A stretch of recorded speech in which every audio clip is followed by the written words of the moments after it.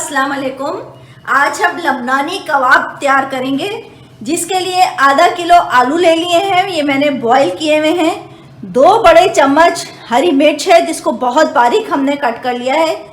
आधा kilo beef का गोश्त है, इसके हमने रेशे कर लिए हैं बॉईल करके। इसको हमने बॉईल करने के लिए लहसुन और नमक का सिर्फ इस्तेमाल किया है, वो डाल के हमने इसको बॉईल किया है। आधा किलो मटर जाएंगे, इसको भी हल्का सा नमक डाल के मैंने एक बॉईल दे लिया है। इसको 1 टीस्पून जो है नमक जाएगा, ½ टीस्पून काली मिर्च जाएगी, क्योंकि हमने हरी मिर्चें बहुत सारी डाली हैं तो हमने काली मिर्चें कम कर दी हैं। 1 गड्डी हरा धनिया जाएगा, 1 लेमन जाएगा और 1 कप स्पैगेटीज है, इसको भी मैंने नमक और तेल डाल के बॉईल कर लिया है। सबसे पहले आलू मैश कर लेने हैं। इसी में मैंने हरी मिर्च भी डाली हुई थी, वो भी मिक्स कर लेनी है। उबले हुए मटर, नमक और काली मिर्च,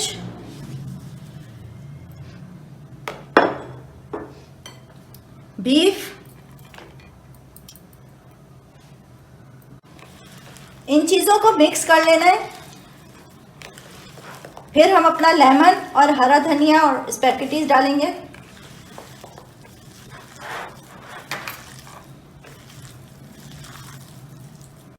एक नींबू डाल देंगे।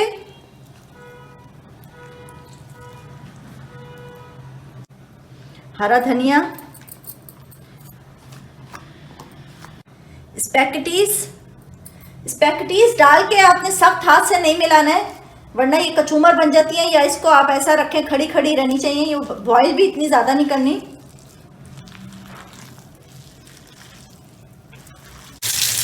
बस इसको शैलो फ्राई करेंगे, हम ज़्यादा डीप फ्राई नहीं करना।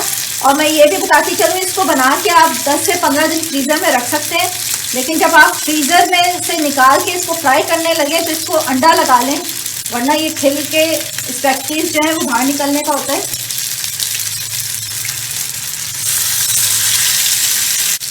अभी हम फ्रेश के फ्रेश बना रहे हैं, इसलिए अंडा लगाने की ज़रूरत नहीं है, लेकिन आप फ्रीज़र वाले के लिए अंडा लगाने की ज़रूरत पड़ेगी। जी नाजरीन, हमारे लबनानी कबाब बिल्कुल रेडी हैं। आप बच्चों को लंच में दें, अफ्तारी में भी ये यूज़ किए जा सकते हैं, और खाने के तौर पे भी लोग यूज़ करते हैं, लेकिन चाय के साथ ज़्यादा मज़े के लगते हैं। उम्मीद है आप लोगों को पसंद आएंगे। बस मेरे चैनल को लाइक कीजिए, सब्सक्राइब करें, दुआओं में याद रखिएगा। अल्लाह हाफिज़।